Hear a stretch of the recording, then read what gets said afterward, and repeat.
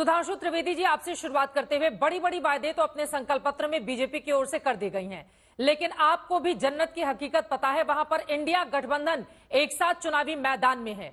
ऐसे में इस संकल्प पत्र की वो कौन कौन सी बड़ी बातें होंगी जिसके आधार पर आपको लग रहा है कि भारतीय जनता पार्टी वहां पर सरकार बना लेगी?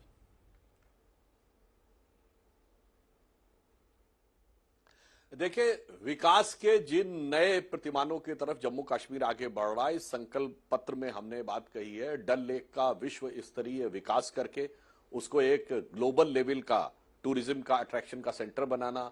राजौरी में हमने टूरिस्ट स्पॉट बनाने की बात कही है। जम्मू में, जैसे आपको याद हो, अहमदाबाद में साबरमती रिवर फ्रंट है, उस तर्ज के ऊपर, तवी के ऊपर रिवर फ्रंट बनाना। अर्थात कश्मीर जिसमें कि टूरिज्म का एक सबसे बड़ा आकर्षण था, उसको हम एक बड़े लेवल के ऊपर ले जाने का प्रयास कर रहे हैं। इसके अतिरिक्त महिलाओं को जो हम सहायता देने की बात कर रहे हैं, 18,000 रुपए महीने की और 3,000 रुपए जो कॉलेज वाले छात्रों को, वो जमीनी आधार के ऊपर किस प्रकार से वो शिक्षा में आगे बढ़ सके, वो एक विषय। मगर मैं चित्रा जी कहना चाहूंगा, 10 साल पहले हुए चुनाव और इससे पहले जितने भी चुनाव हुए, और उससे चुनाव में बहुत बड़ा अंतर जानते हैं क्या है? अंतर यह है कि अब कश्मीर में ISIS के झंडे नहीं दिखते, पाकिस्तान के झंडे नहीं दिखते, मेरी जान पाकिस्तान पाकिस्तान के नारे नहीं दिखते, इंडियन आर्मी गो बैक नहीं दिखती, पत्थरबाजी नहीं दिखती। जो कहते थे कि तिरंगे को कंधा देने वाला कोई नहीं मिलेगा, तो एक दौर था जब 15 अगस्त और 26 जनवरी को भी लाल चौक पर राज्यपाल भी तिरंगा नहीं फहरा सकते थे। आज डल लेक पे तिरंगे की कतार दिखती है। पिछले साल 2 करोड़ टूरिस्ट आए 2023 में, जो आज तक का कश्मीर का सबसे ज्यादा है। और फॉरेन डायरेक्ट इन्वेस्टमेंट का पहली बार वो भी UAE से आया। G20 की समिट हो गई, 20-20 देशों के झंडे यहां पर हो गए। ये दर्शाता है कि जब से ये धारा 370 आई है जी, हटी है, उससे बाद जो परिवर्तन हुआ है, उस परिवर्तन ने जम्मू कश्मीर की तकदीर बदली है। और सिर्फ विकास के साथ ही SC ST और OBC को जो आरक्षण नहीं मिलता था वो भी मिला है। यानी जमीन से लेके धरातल तक, अगर हम ये कह सकते हैं, जो जन्नत के लिए इसके लिए कहा जाता था ना कश्मीर के लिए कि गर फिरदौस बर रुए जमी अस्त हमी अस्त, तो मैं कहना चाहता हूं आज ऊंचाई का एक ही उदाहरण देखिए, चिनाब के ऊपर दुनिया का सबसे बड़ा पुल बना है। यह दर्शाता विकास की ऊंचाई पे जम्मू कश्मीर पिछले कुछ सालों में पहुंचा है। यकीनन आपने जो बातें कही उसमें से बहुत सारी सही भी हैं। जब हम लोग ग्राउंड रिपोर्टिंग करने जाते हैं तो ये सच बात है कि पहले में और अब में बहुत बड़ा फर्क आया है। लेकिन इसके पहले कि मैं बाकी मेहमानों के पास जाऊं, सुधांशु त्रिवेदी जी, जब इतने बड़े बड़े काम आप लोगों की ओर से किए गए हैं, आप लोगों ने तो कश्मीर में चुनाव ही नहीं लड़ा लोकसभा का, और कश्मीर के चुनाव की लगातार बड़ी बड़ी बातें आप बता रहे हैं, तो फिर कैसे अब कश्मीर के लोगों के बीच जाकर, क्योंकि सिर्फ जम्मू के आधार पर तो आप सरकार बना नहीं सकते, और इस बार जम्मू में भी इंडिया गठबंधन आपको कड़ी और बड़ी फाइट दे रहा है पिछले बार के मुकाबले, तो फिर कैसे समझाएंगे लोगों को आप? देखिए चित्रा जी, जो पार्टी दावा करती है कि हम दोनों जगह समान रूप से लड़ रहे हैं, वो तो छटपटा रही है गठबंधन करने के लिए। कांग्रेस ने नेशनल कॉन्फ्रेंस के साथ गठबंधन किया, जबकि नेशनल कॉन्फ्रेंस ने क्लियर कट कहा है कि धारा 370 वो वापस चाहते हैं। आपको याद हो, फारूक अब्दुल्ला साहब कुछ साल पहले बयान दिए थे, वो तो प्री 1953 का स्टेटस चाहते हैं, यानी जिसमें सेपरेट प्राइम मिनिस्टर तक हो, सदर रियासत का पोस्ट हो। अब उन्हें जवाब देना होगा कि वो अगर दोनों तरफ कहते कश्मीर और जम्मू दोनों में है, तो वो कौन सी घबराहट बौखलाहट में वो इस ढंग की शक्तियों के साथ जाके खड़े। ये दर्शाता है कि कश्मीर की जनता, और आश्वस्त रही है, अगर आपको लगता है कि जम्मू की जनता हमारे साथ है, तो इस परिवर्तन के बाद कश्मीर की जनता ने भी जो अनुभव किया है, अभी आपने लोकसभा चुनाव में देखा होगा, आप लोग भी गए होंगे, ये लाल चौक पे रात 8 और 9 बजे भी चुनाव प्रचार हो रहा है। ये चीज कभी कल्पना की जा सकती थी कुछ साल पहले? तो मुझे आश्वस्त है कि कश्मीर की जनता भी इस हकीकत को समझेगी और हमारी पार्टी और गठबंधन को समर्थन देगी। इफरा जान जी, आप लोग जिसको सबसे बड़ा चुनावी मुद्दा बना रहे हैं कि आपकी सरकार आएगी तो 370 की बहाली हो जाएगी, अब बीजेपी ने उसी पर प्रहार किया है, ये कहते हुए कि ये इतिहास की बात हो गई और कुछ भी हो जाए ये तो नहीं आ सकता। आपको लग रहा है कि 370 का ये जो वायदा है आप लोगों का, वो काम करेगा जनता की बीच में? 1 मिनट के लिए हम साइड पे रखते हैं और देखते हैं कि बीजेपी जो है, जो बार बार स्टेटहुड की बात करती थी, जहां पे उन्हें कहा था कि स्टेटहुड हम विद इन 40 डेज दे देंगे, आज जम्मू और कश्मीर बीजेपी के मैनिफेस्टो में स्टेटहुड की बात भी नहीं हो रही है। वहीं पे आप समझ रही हैं कि इनकी नीयत जम्मू के लिए और इनकी नीयत कश्मीर के लोगों के लिए क्या है। इन्होंने बोला कि हमने कश्मीर को जन्नत बना दिया, हमने बहुत कुछ कर दिया। आज जम्मू और कश्मीर में एक युवा औरत की बेरोजगारी का रेट 50% है, जो पूरे देश में सबसे ज्यादा है। आज जम्मू और कश्मीर की बेरोजगारी का रेट पूरे देश में सबके लिए सेकंड नंबर पे है। इन्होंने कहा कि पहले टेररिज्म हुआ करता था, अब टेररिज्म नहीं हुआ करता।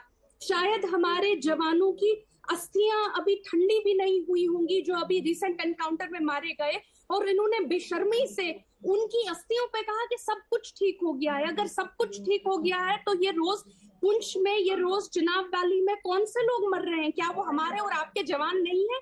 सिर्फ उस वक्त जवानों की बात करेंगे जिस वक्त जवानों का खून बेच के वोट लेंगे उनसे, लेकिन उस वक्त बात नहीं करेंगे जब उनके पीआर में खलल आ जाता है, बीजेपी के पीआर में खलल आ जाता है। एक भी बात इन्होंने जवानों की नहीं की। इन्होंने कहा कि हम जम्मू और कश्मीर में इतने टूरिस्ट आए हैं, इतना टूरिज्म आया है। जम्मू और कश्मीर के टूरिस्ट नंबर्स को अगर आप देखेंगे वही टूरिज्म नंबर्स है। अब इन्होंने अमरनाथ जी के यात्रियों को भी ये टूरिस्ट नंबर्स में ऐड कर रहे हैं। अमरनाथ जी की यात्रा जम्मू और कश्मीर में कभी नहीं रुकी थी, किसी भी दौर में नहीं रुकी थी। अब ये कहते हैं हम तिरंगा उठाते हैं। भाई आप गूगल कर लीजिए, 2010 में तिरंगा, 2011 में तिरंगा, 2012 में तिरंगा, 1996 में तिरंगा।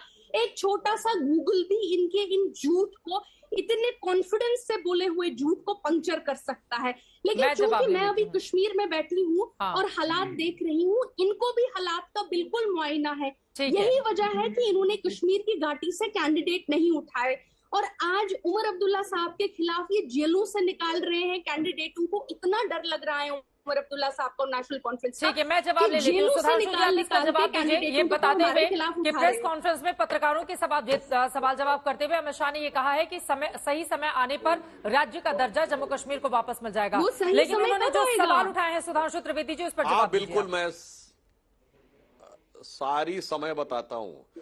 जो लोग जम्मू कश्मीर के स्टेटहुड की समय की बात करते हैं तो मैं एक याद दिलाना चाहता हूं, दर्शकों को याद होना चाहिए, एक ही स्टेट थी भारत में जिसकी विधानसभा का समय 6 साल था। किसी ने कभी ध्यान दिया क्यों था भाई? बाकी सारी राज्य विधानसभाओं का 5 साल और इसका 6 साल। इसलिए कि जब 42nd अमेंडमेंट हुआ भारत का इमरजेंसी के दौरान में, उस समय 6 साल लोकसभा विधानसभा का बढ़ा के किया गया। जम्मू कश्मीर विधानसभा ने झट से उसको अडॉप्ट कर लिया, मगर उसी अमेंडमेंट में सेकुलर सोशलिस्ट वर्ड जोड़ा गया जो जम्मू कश्मीर विधानसभा ने अडॉप्ट नहीं किया। इसका मतलब जम्मू कश्मीर एकमात्र राज्य था अगस्त 2019 से पहले जिसका समय तो 6 साल था और वो कॉन्स्टिट्यूशनली सेकुलर नहीं था। ये स्टेट थी और इस स्टेट की माइंडसेट की स्टेट को भी चेंज करने में हमने सफलता हासिल की। और मैं एक और फैक्ट बता देना चाहता हूं, आरफा जी ने जो बोला उनसे थोड़ी गलती हो गई।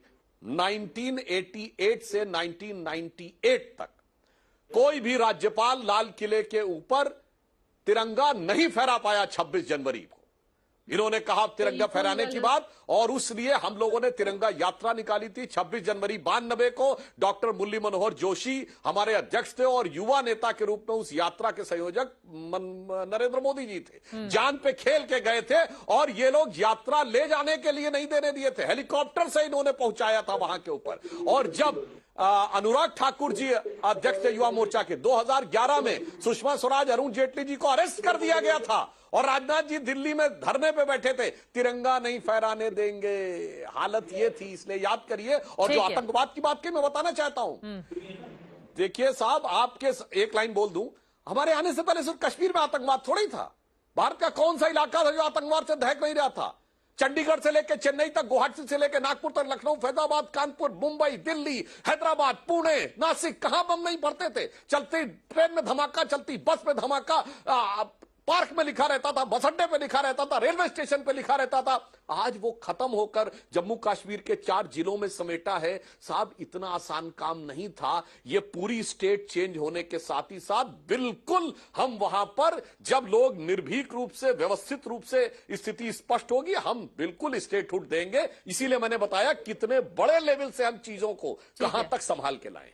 इफ्रा, आप 2 लाइन में जवाब दीजिए। उमर अब्दुल्ला 2 सीटों से क्यों चुनाव लड़ रहे हैं? डर है क्या किसी बात का, जिसका जिक्र भी अमित शाह की ओर से किया गया? पता नहीं आपको दिख रहा है कि नहीं। मैं चाहती हूँ आप सभी लोग 2010 का ये आ रहा है, आप सभी लोग 2010 का कर लीजिए। देखिए साफ साफ तौर पे तिरंगा लहराया जा रहा है। किसी भी ईयर का देख लीजिए, आपके इनके झूठ साफ साफ पंक्चर हो जाएंगे जिस कॉन्फिडेंस से झूठ बोलते हैं। दूसरी बात, हम ये स्टेट तिरंगा फूड कहाँ देंगे पे लहराया जा रहा है? लाल चौक की भी तस्वीरें हैं बना इफ्रा, रहे हैं। आप लाल जी। चौक की तस्वीरें अरे दिखा लाल रही हैं। चौक पे मैं कह रहा हूँ भाई, गवर्नर हाउस के अंदर नहीं। ये रिपब्लिक डे की तस्वीरें हैं। नहीं, देख क्या लीजिए। लाल और चौक की 88 से तस्वीरें? 98। जी हाँ, लाल चौक की तस्वीरें, रिपब्लिक डे की तस्वीरें हैं। दूसरी बात, इसलिए मैंने कहा गूगल कर लीजिए, साफ साफ झूठ। इनकी व्हाट्सएप यूनिवर्सिटी बिल्कुल उसी इवेंट पंक्चर हो जाती है। हाँ। दूसरी बात, कहते हैं हम देंगे देंगे, लेकिन मैनिफेस्टो में नहीं लिखा। आपने सुना नहीं करेंगे। जितने झूठ यहाँ बोलते हैं आगे भी बोलते रहेंगे। ठीक है, मतलब दो लाइन में जल्दी से 3 और मेहमान हमारे साथ जुड़े हुए हैं। जीएम शाहीन जी भी कुछ कहना चाह रहे हैं। सुधांशु जी 2 लाइन में, वो लाल चौक की तस्वीर दिखा रही हैं, कह रही है लाल चौक की तस्वीर है। बिल्कुल बस एक बख्शी लाइन। स्टेडियम में। इफ्रा जी ने मेरा सेंटेंस नहीं सुना, मैंने कोट करके बोला। इफ्रा जी आप शायद डिबेट में आउट ऑफ वो है, दिमाग कहीं और था आपका। मैंने 1988 से 1998 बोला। आपका डेट क्या है? मैंने कहा 1988 से 1998 का बोला। अरे सुनिए तो, मैंने 88 से 98 बोला, और जो मैंने बोला आप उसका जवाब नहीं दे पाई कि राज्य 6 साल का था और सेकुलर नहीं था। आप बताइए ना, आपकी गवर्नमेंट थी, सेकुलर वर्ड क्यों नहीं अडॉप्ट किया था? जब ये था तब 370 भी था ना। आपने अपने टर्म बोलिए। चलिए ठीक है, शौकत अली जी को मैं लेकर आना चाहूंगी, बाकी मेहमान भी इंतजार कर रहे हैं, फिर उस पर हम लौटेंगे। ठीक है, शौकत अली साहब सीधे आपके पास आते हुए, जीएम शाहीन जी उसके बाद में आ रही हूं, और हमारे साथ वकार भट्टी जी भी जुड़े हुए हैं। शौकत अली जी आपसे सवाल पूछते हुए, अब पीडीपी के लिए ये पूछा जा रहा है क्या वो 3 और 13 में है? क्योंकि आप लोग भी देखिए 10% से कम पर रह गए लोकसभा के चुनाव में। मतलब इतनी ताकत लगाने के बावजूद पीडीपी 10% वोट शेयर भी हासिल नहीं कर पाई। ऐसे में विधानसभा के लिए अपनी स्थिति क्या देखते हैं, और बीजेपी ने जो संकल्प पत्र जारी किया है उस पर आपकी टिप्पणी? नहीं, देखिए, जो 2019 का इलेक्शन हुआ था पार्लियामेंट का, उससे 2 गुना ज्यादा वोट हमने 2024 पार्लियामेंट इलेक्शन में लिया है। और हमने तो पूरी ताकत लगा दी, हम अपने लोगों के साथ जो है वो इलेक्शन में गए थे, लेकिन बीजेपी ने पूरी ताकत लगा दी, हमें जो है यहाँ पे इलेक्शन ना जीतने में पूरी ताकत लगा दी। और यहाँ कास्ट में और रिलीजन में जो है वो बीजेपी ने बांटा। हालांकि हालत बीजेपी की ये थी कि यहाँ वादी में एक भी कैंडिडेट नहीं उतार पाए। और जहां तक ये बात करते हैं कि यहाँ पर जो है वो, मैं सुन रहा था त्रिवेदी जी को, वो कह रहे हैं कि यहाँ डेवलपमेंट हुई है, यहाँ पर जो भी सारी चीजें उन्होंने कही, मैं ज्यादा वक्त नहीं लेना चाहता जी। मैं इनको कहना चाहता हूँ कि आप ये जो चीजें हैं ना, ये जो तिरंगा, ये सारी चीजों को एक साइड पे रख के आप बताइए जम्मू कश्मीर के लिए पिछले 5 साल में आपने क्या किया है? लेकिन दूसरी साइड का सवाल ये भी है ना शौकत अली साहब, महबूबा मुफ्ती चुनाव हार जाती हैं। इतने बड़े बड़े नेता लोकसभा के चुनाव में आप देखे, चाहे उमर अब्दुल्ला हो, अभी वो डर की वजह से बीजेपी आरोप लगा रही है कि 2 सीटों पर चुनावी मैदान में है। अब कोई सोच भी नहीं सकता था महबूबा मुफ्ती के 370 होने के बाद, उसके बाद जब पहला चुनाव होगा लोकसभा का तो ये स्थिति बन जाएगी।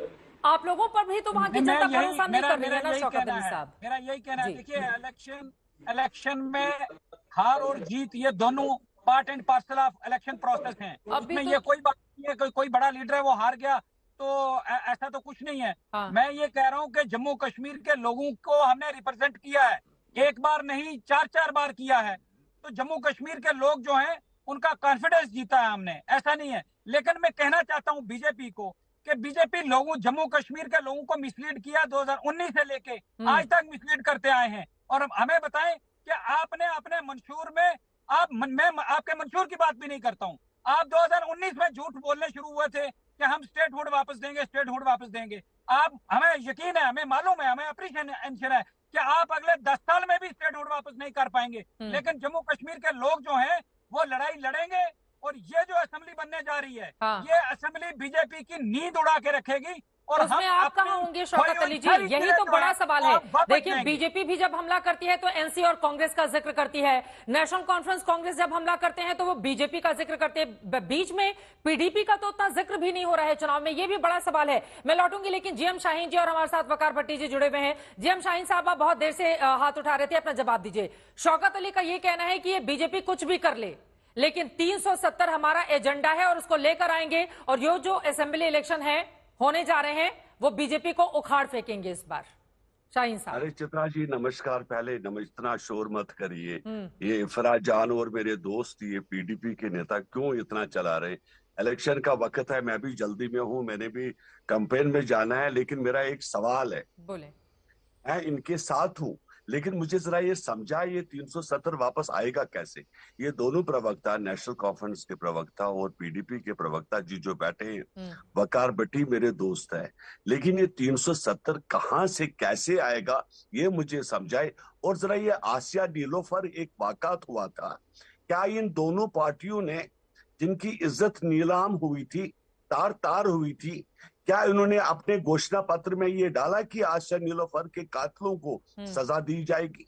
बस इतनी सी बात मैंने कहनी, मैंने किसी के बारे में और कुछ नहीं कहना, कोई बात नहीं कहनी। बीजेपी के क्योंकि संकल्प सभी पत्र इस पर वक्त चुनावी माहौल है, बड़ा शोर शराबा दोनों तरफ लगा हुआ है जी। लेकिन इतना जरूर है कि जो इन लोगों ने घोषणा पत्र अपना निकाला, जो ये बता रहे हैं कि हम कश्मीर के लीडर है, कश्मीर के नेता है, दोनों चीफ मिनिस्टर इलेक्शन हार गए, लेकिन जो अकड़ है वो बराबर वैसी की वैसी, अकड़ बिल्कुल नहीं जा रही। भाई सीधी सी बात है, एक बहुत बड़ा मुसीबत हुआ जम्मू कश्मीर के अंदर, एक तूफान चला, एक आंधी चली 35 साल। देखिए, जो सुमांशु त्रिवेदी जी को मैं बता दूं, इनको भी याद दिलाना चाहता हूं क्योंकि मेरे दोस्त है ये, मैं इनको बता दूं कि जब कश्मीर में उग्रवाद आया था सर, ये दोनों पीडीपी तो कहीं मौजूद नहीं थी और नेशनल कॉन्फ्रेंस वाले सरकार छोड़ के लंदन भागे थे। इनसे पूछिए जरा, तब ये 6 साल कहां थे जब कश्मीर कौन में लंदन उग्रवाद भाग गया था? आप कह रहे हैं उग्रवाद जब बढ़ा तो लंदन कौन भाग गया था? लंदन, हाँ नहीं, उस वक्त कहाँ थे ये लोग? कौन? देखिए, इस वक्त कोई भी आकर बड़ी बड़ी बातें करना, पहाड़ उठाएंगे, 370 लाएंगे, 372, लेकिन थोड़ा समझा मैथमेटिकली, एक कैलकुलेशन बता दो कि ये हवा में जो तीर मार रहे हैं ये लोग, ये कैसे होगा? ठीक है। बिजली को फ्री करना, केसीसी लोन माफ करना और एम्प्लॉयमेंट देना एक बात बनती है, लेकिन वो बातें करना जो हवा में तीर होगा। मैं चित्रा जी आपसे माजरत मांगूंगा, आज के प्रोग्राम में माफी चाहता हूं। ठीक है सर, आप जाइए चुनाव प्रचार में, बाकी लोगों से चर्चा में मैं आगे बढ़ाऊंगी, लेकिन जो सवाल आप छोड़कर गए हैं, यकीनन लोकसभा राज्यसभा से जो चीजें पारित होती हैं वो उसको असेंबली के जरिए अगर भुनाने की कोशिश की जाएगी तो उसमें कैसे मिलेगी कामयाबी, पीडीपी नेशनल कॉन्फ्रेंस के नेता जवाब देंगे। लेकिन विकार भट्टी साहब, अब आपके पास आते हुए हाथ उठा रहे हैं आप, किसके दावे में ज्यादा दम दिखता है और आप लोग कहां खड़े हैं? बीजेपी का संकल्प पत्र आ गया, नेशनल कॉन्फ्रेंस का भी घोषणा पत्र आ गया, कांग्रेस का इंतजार किया जा रहा है,